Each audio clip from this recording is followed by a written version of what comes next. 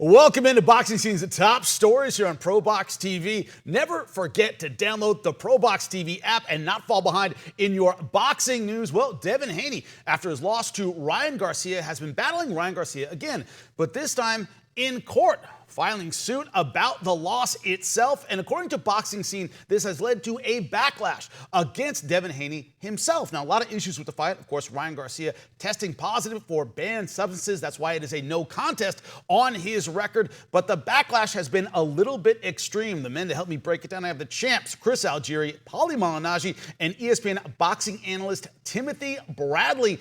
You know, the thing here is it's kind of seen as unmanly, in a sense, to settle this in court rather than in the ring. It's been kind of a macho backlash. Paulie, what's your thought about this? In that the only way to really get justice for this is to do it legally, to give fighters a reason not to dope like this. But whenever it's handled outside the ring, people get a little squeamish about it. What's your thought on it, Paulie?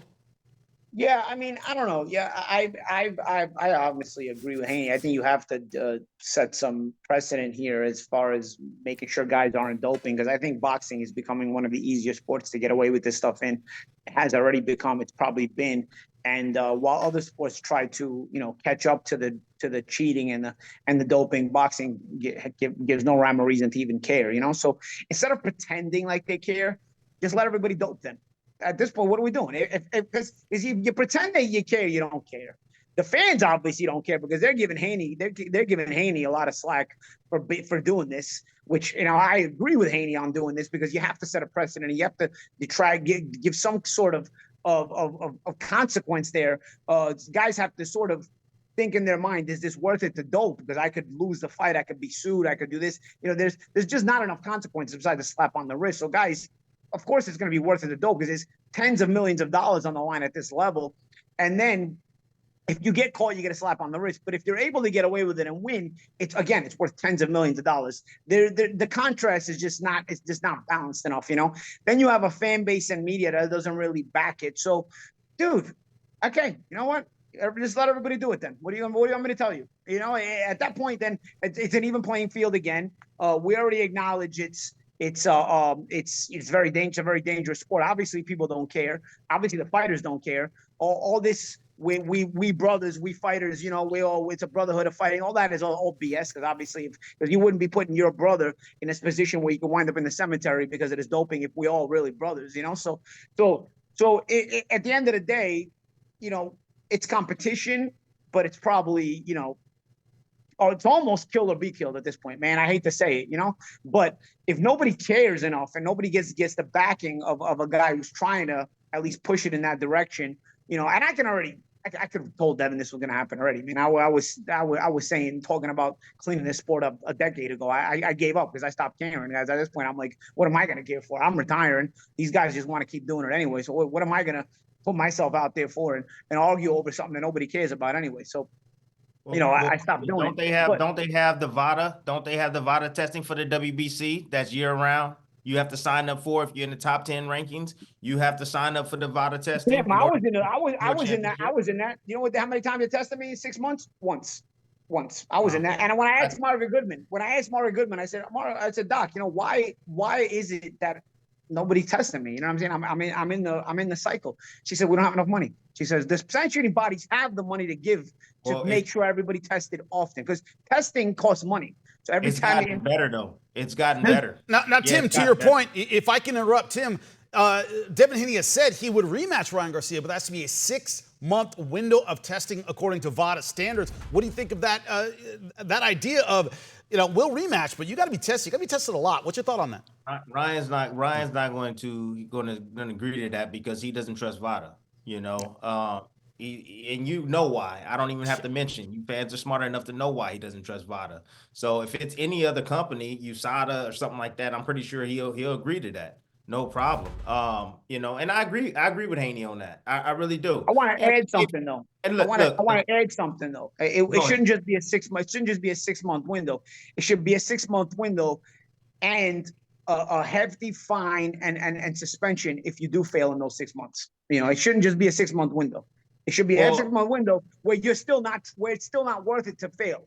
because it can't be a 6-month window where it's still worth it to try to cheat, because if you get caught, it's just going to be a slap on the wrist. It's got to be a 6-month window where it's not worth it to even bother trying to cheat, because God forbid you get caught, your career is ruined.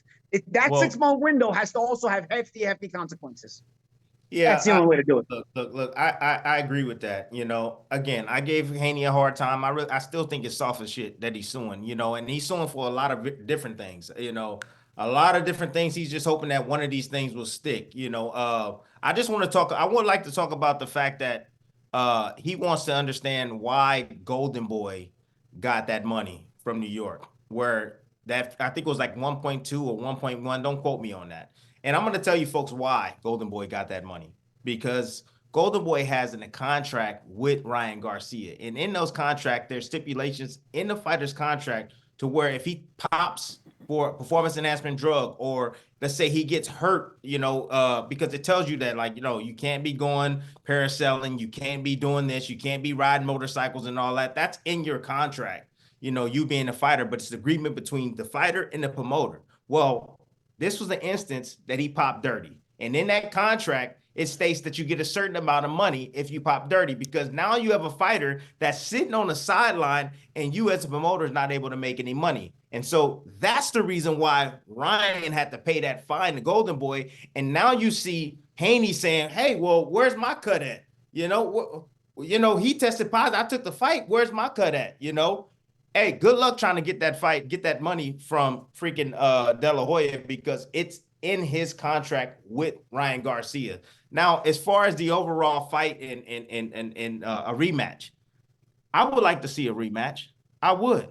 But I don't think it's going to change anything. I really don't. I think that Ryan Garcia has Haney's number. I think Ryan Garcia's hurts him, probably even knock him out this time. I'm wondering if they do a rematch, what weight are they going to fight at?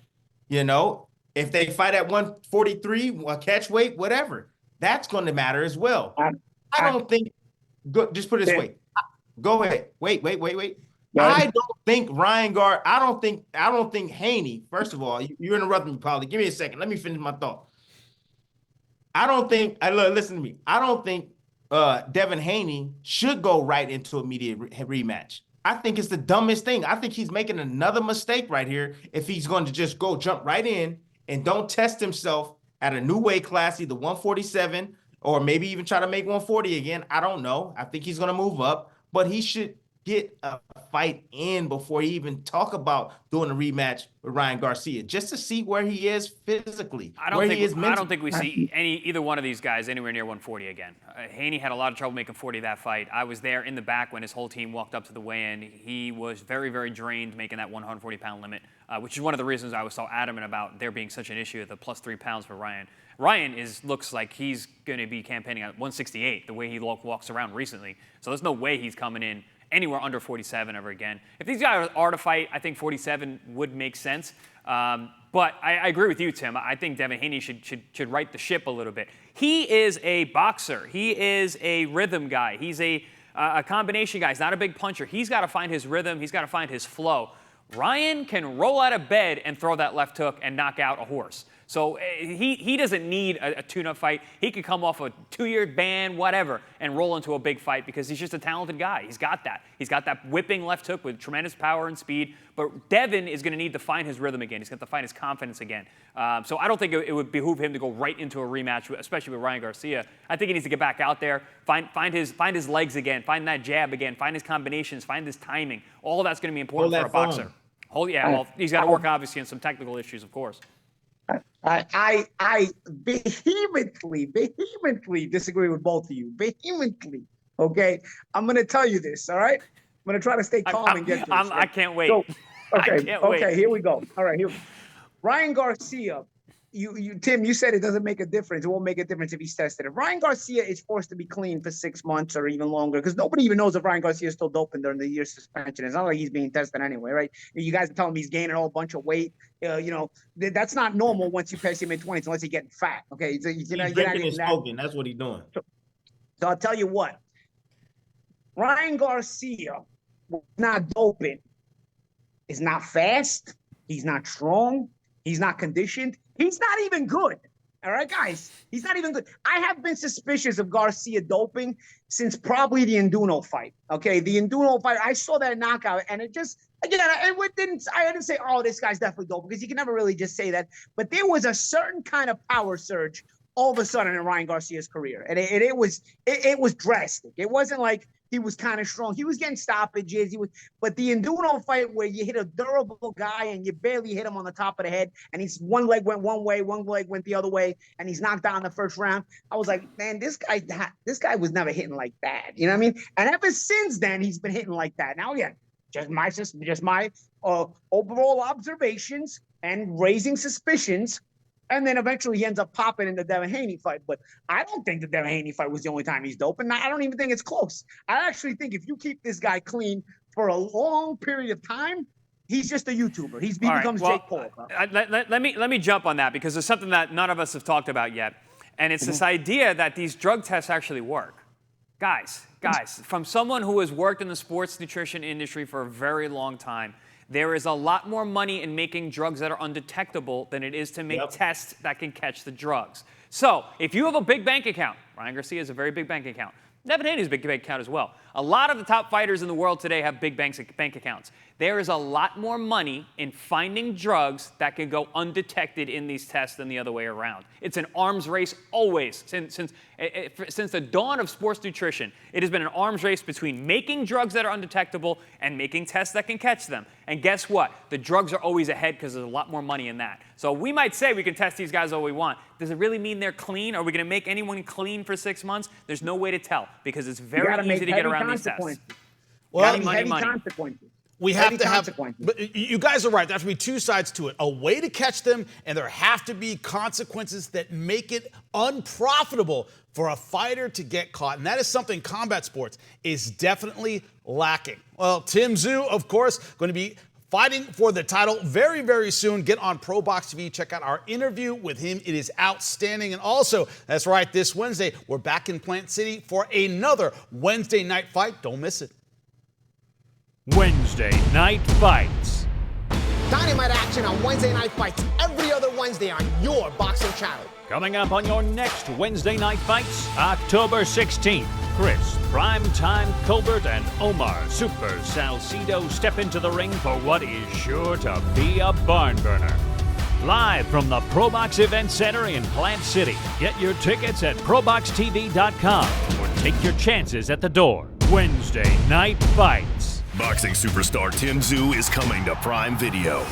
Don't miss this championship showdown as Tszyu takes on undefeated Murtaza Aliyev for the super welterweight world title. Saturday, October 19th, streaming live exclusively on Prime Video for all Prime members.